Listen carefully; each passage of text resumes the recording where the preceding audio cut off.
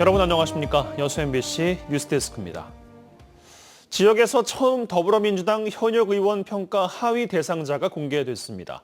당사자인 송갑석 의원은 전형적인 공천 파동이라고 반발하고 있는데요. 이런 가운데 이준석의 개혁신당과 결별한 이낙연의 새로운 미래는 민주당 공천 탈락자들의 합류를 기대하고 있습니다. 주현정 기자입니다. 더불어민주당 송갑석 의원이 당으로부터 현역 평가 하위 20% 대상자 통보를 받았다고 스스로 공개했습니다. 당이 부를 때 주저없이 나섰지만 돌아온 건 불명예라며 반발했습니다. 누구보다 간절하게 이재명과 민주당의 승리를 위해 뛰었습니다.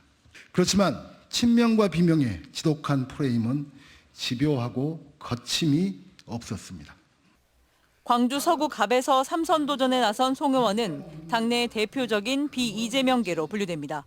하위 20%면 당내 경선 득표율에서 20%가 깎이지만 송 의원은 당이 자신을 컷오프하지 않는 이상 경선에 참여하겠다고 밝혔습니다. 민주당 공천을 둘러싼 반발이 격화되자 정세균, 김부겸 전 국무총리 등 당의 원로들은 불공정한 공천이 바로잡히지 않으면 선거를 돕지 않겠다며 이재명 대표에게 강한 우려를 전달했습니다. 하지만 민주당은 시스템에 의한 공천 결과라며 정치적 의도가 담길 수 없다고 반박했습니다. 비명계 공천 학살이라는 거 이런 것은 없습니다. 공천관리위원회에서는 원칙에 따라 공천을 하고 있습니다. 민주당 공천을 둘러싼 내홍이 깊어지는 사이 제3지대는 결속을 강화하고 있습니다. 특히 이준석의 개혁신당과 결별한 이낙연의 새로운 미래는 민주당 공천 탈락자들의 합류를 기대하고 있습니다. 당을 재정비하고 선거체제를 신속히 갖추겠습니다. 진영보다 국가, 정치인보다 국민을 먼저 보호하는 본격 대안정당을 만들겠습니다. 한편 민주당은 광주 8개 선거구 가운데 동남갑, 북갑, 북을 등 3곳의 본선 진출자를 확정하는 경선 결과를 잠시 후 10시에 공개합니다. 오늘 발표된 광산갑 이용빈 박균택 예비후보를 비롯해 동남을, 광산을 등 3곳의 경선 결과는 3월 초에 나올 예정입니다. MBC 뉴스 주현정입니다. 한때는 민주당에 이어 전남의 제2당이었던 정의당이 이렇다 할 존재감을 드러내지 못하고 있습니다. 총선을 앞두고 녹색당과 연합정당을 결성했지만 전남에서는 지역구 후보를 한 명밖에 내지 못하는 상황인데요. 의료와 노동, 환경 등 지역의 주요 현안에 대해 실질적인 해법을 제시하겠다며 새로운 각오를 다지고 있습니다. 문영철 기자입니다. 총선을 앞두고 녹색당과 연합정당을 결성한 정의당. 박명기 전남도당위원장이 기자회견을 열고 목포 출마를 선언했습니다. 이번 총선에서 전남에 출사표를 낸 지역구 후보는 박 위원장이 유일합니다.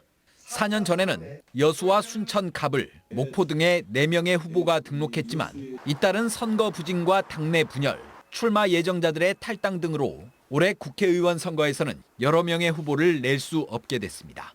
녹색정의당은 국민의힘과 민주당 두 기득권 정당이 주도하는 정치판에서 새로운 시도를 하고 있다는 점에 의의를 두고 있습니다. 선명한 진보 야당의 목소리가 좀 필요하고요. 연합정치의 실험을 대한민국에서 최초로 하게 되거든요. 새로운 형태의 정치의 모습들을. 정의당과 녹색당의 연합 이후에도 아직까지 큰 지지율 반등은 없는 상태지만 진보적 색채가 상대적으로 강한 전남에 기대를 걸고 있습니다.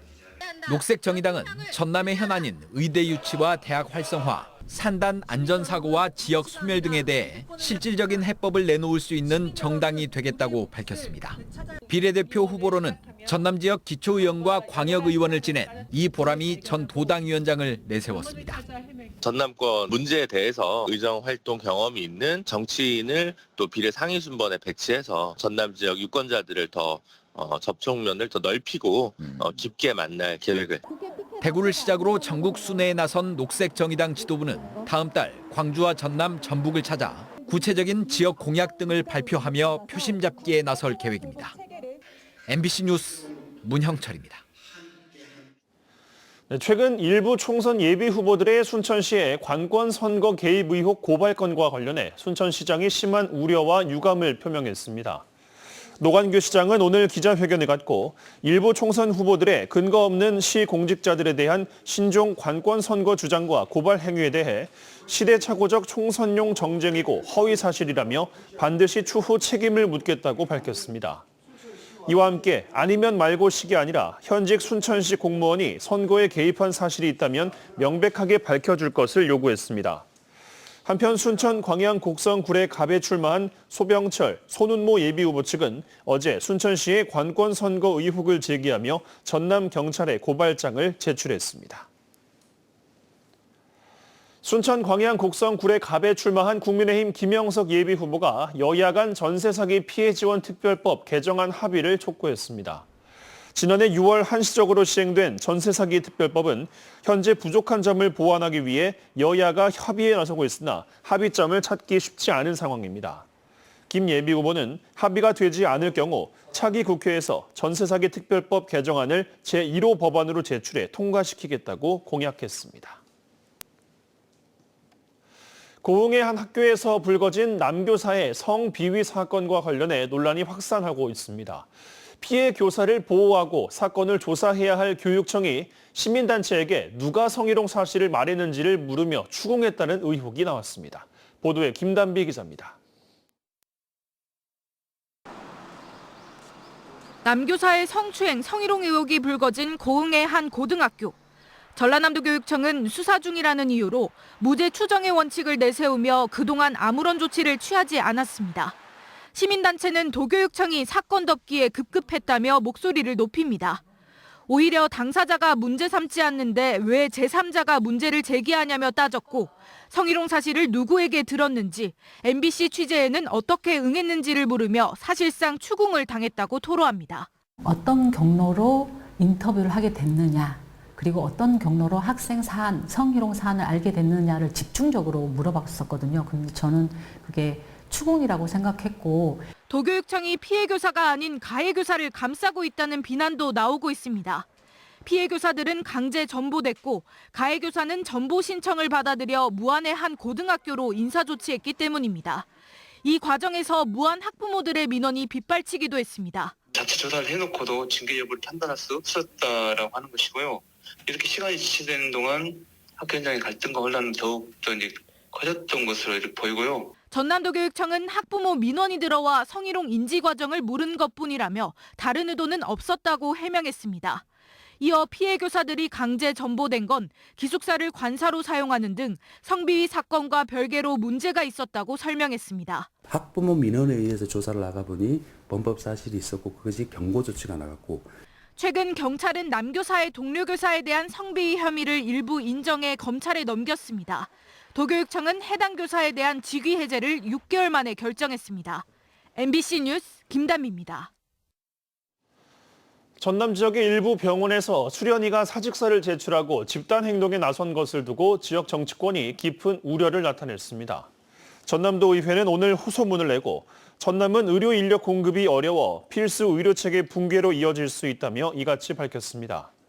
서도국 전남도 의회 의장은 지역에서 헌신하는 의료인의 노고에 감사드린다면서 더 이상 집단 행동을 자제하고 의료 현장에서 사회적 책무를 다해달라고 촉구했습니다.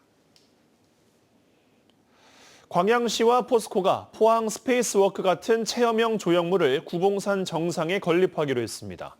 광양을 상징하는 디자인에 철을 소재로 만든 해발 500m의 파노라마 전망대는 광양만의 역동적인 풍경과 함께 새로운 명소가 될 것으로 기대됩니다. 최우식 기자가 보도합니다.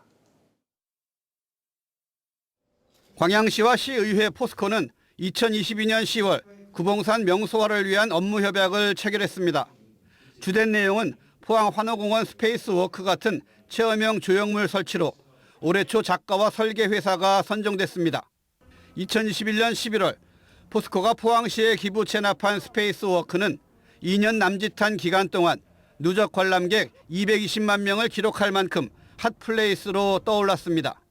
인근에 추진되고 있는 구봉산 관광단지 어린이 테마파크와 연계하여 광양 구봉산 일대에 관광 인프라가 형성될 수 있으며 외부 관광객을 도시 지역으로 유입함으로써 지역 경제에 파급 효과가 클 것으로 기대하고 있습니다. 스페인 출신 마누엘 몬테세린 작가의 1차 시안을 보면 해발 고도 500m의 가칭 파노라마 G는 높이 60m, 트랙의 길이 365m로 현재 메탈 봉수대나 포항 스페이스워크에 비해 훨씬 웅장하고 거대한 규모입니다. 특히 포항과의 차별화 요소로 미끄럼틀과 그물망 등 다양한 체험 요소와 함께 전 구간 경사로와 엘리베이터 등 배리어 프리 개념이 적용되고 빛의 도시 이미지를 담은 조명도 설치됩니다. 최종 디자인은 오는 4월 확정되고 올 11월에 착공해 내년 10월 제막식을 갖는다는 계획입니다. 총 사업비는 150억 원 안팎으로 포스코가 준공 이후 광양시에 기부 체납하게 됩니다. 하지만 일부에서는 포스코 홍보물 성격이 강하다는 지적도 있어 최종 디자인에 쏠리는 관심이 적지 않습니다. 때문에 마누엘 몬테세린 작가는 최근 일주일가량 광양에 머물면서 구봉산과 섬진강, 역사문화관, 제철소 등 광양의 역사와 문화, 지역 특색을 둘러보며 구체적인 디자인을 구상한 걸로 알려졌습니다. 광양 구봉산 정상의 체험형 조형물이 역동적인 광양만권을 대표하는 새로운 랜드마크로 기대를 모으고 있습니다. MBC 뉴스 최우식입니다. 3월 여행 가는 달을 맞아 고흥군과 코레일이 렛츠 고흥 1박 2일 자유여행 상품을 최대 할인가로 협업 출시했습니다. 고흥군과 코레일, 광주 전남본부가 공동 기획한 이번 상품은 고흥군이 1인당 5만 원의 여행 비용을 지원하고 코레일이 KTX 운임 등을 할인 지원하는 열차, 숙박, 렌터카 결합 할인 여행 상품입니다. 고흥군은 이번 여행 상품이 저렴한 가격으로 아름다운 고흥을 여행할 수 있는 절호의 기회가 될 것이라며 관광객 1000만 달성을 위해 다양한 관광 시책을 추진하겠다고 밝혔습니다. 순천시 민간 위탁 사업장에서 연이어 고용 불안이 발생하면서 대책 마련을 촉구하는 목소리가 나왔습니다. YMCA 등 순천 시민사회단체는 오늘 기자회견을 열고 자벌드와 국가정원 등 공공사업장에서 대량 해고와 실직이 반복되고 있다며 순천시의 정책 토론회 개최를 촉구했습니다. 이들 단체는 시민 참여 조례에 따라 앞으로 토론회를 청구하는 범시민 서명 활동을 시작할 계획입니다.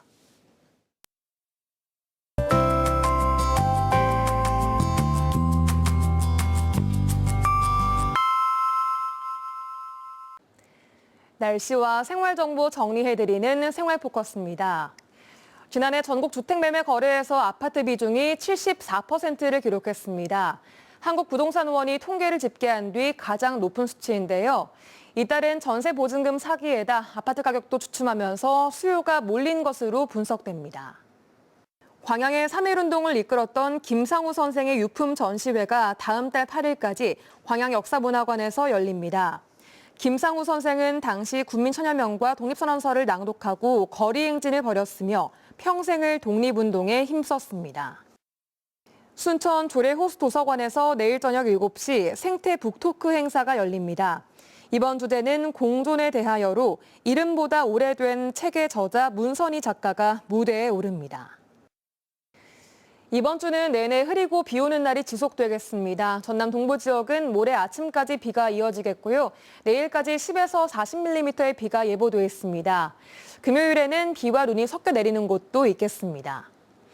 여수와 고흥 등 해안 지역을 중심으로는 강풍주의보가 발효 중입니다. 강한 바람에 피해 없도록 각별히 주의하셔야겠습니다.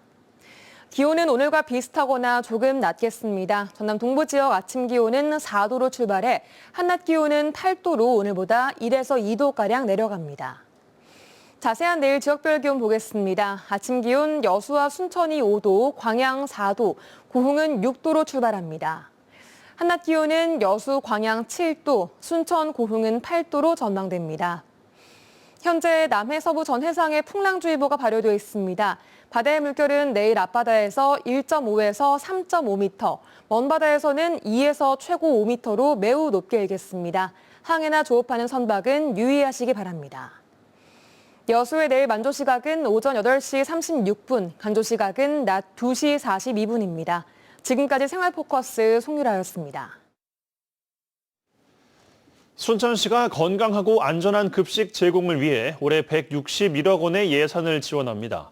순천시는 올해 관내 유치원과 학교 등 모두 316개소 4만 3천여 명에게 무상급식 식품비로 75억 원, 친환경 식재료 74억 원 등 우수 식재료와 무상급식 지원을 위한 161억 원의 예산을 편성해 지원합니다. 순천시는 이와 함께 올해부터 어린이집, 유치원 급식 일수 40일 추가, 급식 단가 400원 상향, 고등학교 석식 쌀 지원으로 더 많은 학생들에게 우수한 건강 먹거리를 제공할 수 있도록 할 방침입니다. 여수시의회 의원들의 의정활동비 인상안에 대한 시민공청회가 오는 27일 오후 2시 여수시청 회의실에서 열립니다. 이번 공청회에서는 시의원들의 의정활동비를 월 110만 원에서 150만 원으로 인상하는 방안에 대한 찬반 토론이 진행되며 시민들도 자유롭게 의견을 개진할 수 있습니다.